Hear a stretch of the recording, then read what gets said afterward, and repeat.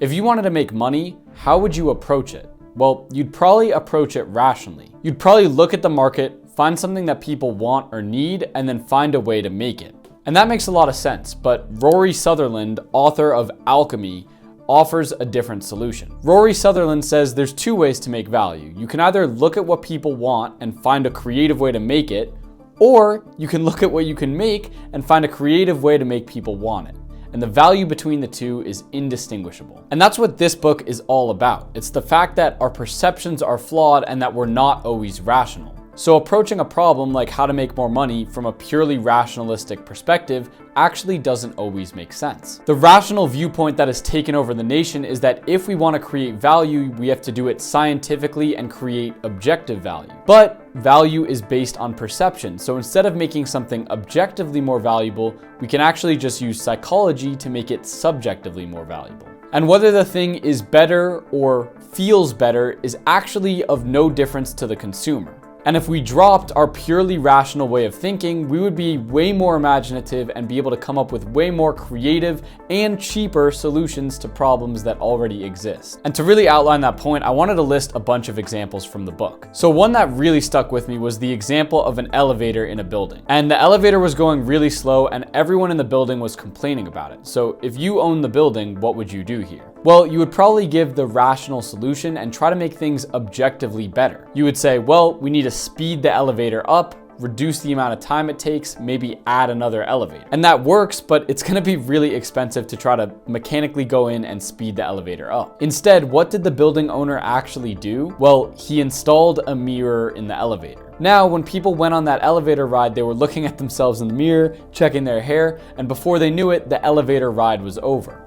And after they installed the elevators, everyone stopped complaining. But what's funny is installing mirrors was just a couple $100 compared to the millions it probably would have costed to speed up the elevators. In this scenario, we didn't change the objective amount of time that the elevator took, but what we did change was the subjective amount of time that the elevator felt like it took. And ironically, by changing the psychological value of our product, we actually did something that was just as good as changing the objective value of the product.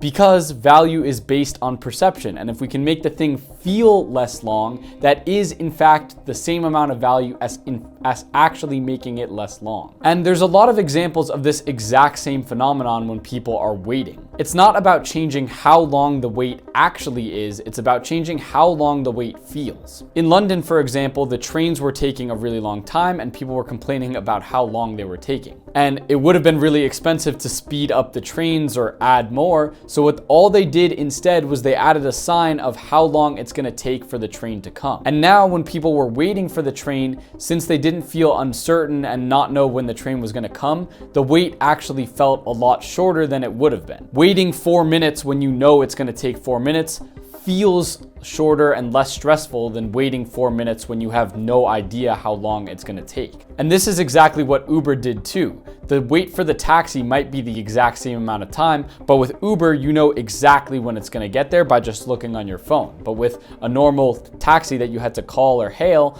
you would have no idea when it's gonna come, even when the wait is the same. And this example of messing with wait times was taken to the extreme with the Houston airport. What happened in the Houston airport is that once people got off the plane and they got to their baggage claim, they were waiting at the baggage claim for a really long time. People started complaining and the Houston airport tried to speed it up by getting more employees and making it faster, but it just wasn't fast enough. They incurred a lot of expenses doing that and they weren't able to speed it up by any meaningful measure. So what did they do?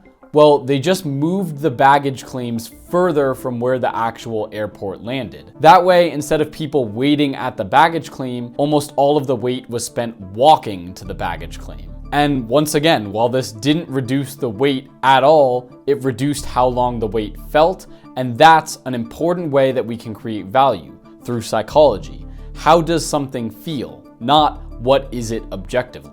Okay, but enough with the wait times. Another thing he brought up in the book that is huge is placebos. So take a look at these. These are painkillers. Not only do painkillers have a medicinal effect chemically, but they also have a placebo effect. If you gave someone a pill that was literally made of nothing and they took it, because of the fact that they took the pill and felt like it did something, it would actually do something. So with painkillers, for example, if you took a placebo pill, you would feel less pain than if you took nothing, even if the pill didn't have any effective chemical compounds. And one thing he points out that's so weird in our rational scientific world is that scientists test how effective painkillers are against placebos. But if in fact what we're trying to do is maximize the amount of pain killing that happens, wouldn't we want to just maximize how effective it is with placebo? We wouldn't want to maximize the effect of the chemical independent of the placebo effect. We'd want to maximize the chemical effect and the placebo effect to get the total maximized effect. And one interesting thing they found is you can mess with how effective these things are by actually changing the labeling. So for example, if I had a headache and I took a pill that was labeled general painkiller, that same pill would be more effective if it was labeled a headache medicine. As it turns out, the more specific the label is, the better the placebo effect works. So he asks one simple question: why are we spending so much money focusing only on fixing the chemical compound and getting the best chemical as a painkiller, but why are we not also spending money on finding the best way to label the painkillers, which is creating psychological value? And he argues that it might even be more cost effective to actually just spend money on labeling the pills differently than it would be to take the pharmaceutical route and actually figure out the exact chemical compounds that would make this objectively more effective. Because it's not just about how objectively effective this chemical compound is, it's also about how effective it feels, because that matters a lot when we're talking about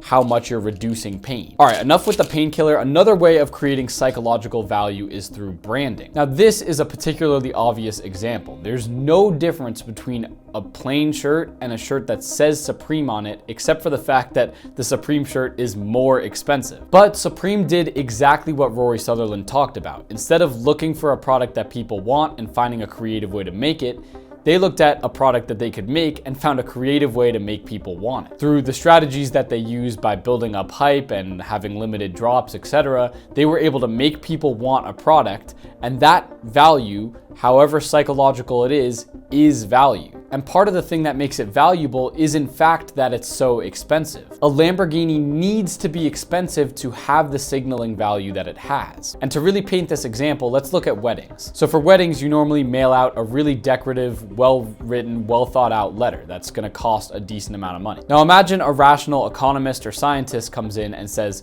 guys, I have an idea. We can reduce the cost of this by just, instead of giving these expensive letters by hand, we could just write an email to everyone. Now, it would technically objectively do the same thing. It would just get the message from person A to person B, but it wouldn't do it with the same signaling power that is a necessary waste when you're doing it through a letter. Sometimes for the thing to have the meaning and the signaling that it does, it needs to be overly expensive. And this is something that if we're only operating under the rational framework, it's something we would never understand. Okay, and one last bonus idea Rory Sutherland points out, which blew my mind thinking about it this way, is that the opposite of a good idea can be a good idea. And that's crazy because in school we're taught in a true or false question, if you pick true and that was the wrong answer, the opposite is going to be the right answer, and vice versa. But in the real world, it's not always true, and here's a good example. It was when KFC came to Sutherland, who works at an advertising agency, and asked, how should we change the price? And they were suggesting that they should lower the price of the chicken, but Rory Sutherland said, no, wait. First, increase the price and see what happens. Because sometimes the problem isn't that your product is too highly priced or too low priced. Sometimes the problem is that it's too medium priced. And raising the price or lowering the price could both have beneficial effects, and let me explain why. When someone goes to KFC, they either go for a bargain or for a treat. If they go for a bargain, they expect the price to be low. And if they go for a treat, they have no problem with the price being high. In fact, for it to feel like a treat, the price needs to be high. And you might say, well, lowering the price would help our sales, and that's a good idea, so the opposite of that, which is raising the price, must be a bad idea. But that's not always true. Sometimes the opposite of a good idea can also, in fact, be a good idea. And all of these examples really go to show why humans are not rational, and we cannot rely solely on rational thinking to come to decisions and find interesting things and come up with cheap but effective solutions. And sometimes if we use just a little bit of creativity, we'll be able to come up with some magic, or in other words, we'll be able to come up with some alchemy. And these are just a few of the main points from the book Alchemy. I really loved it. This is probably my favorite book of all time. So I highly recommend you read this one if you're interested in behavioral economics, psychology, and where rationality can go wrong. Thanks for watching, and we're almost at 1,000 subs, so subscribe.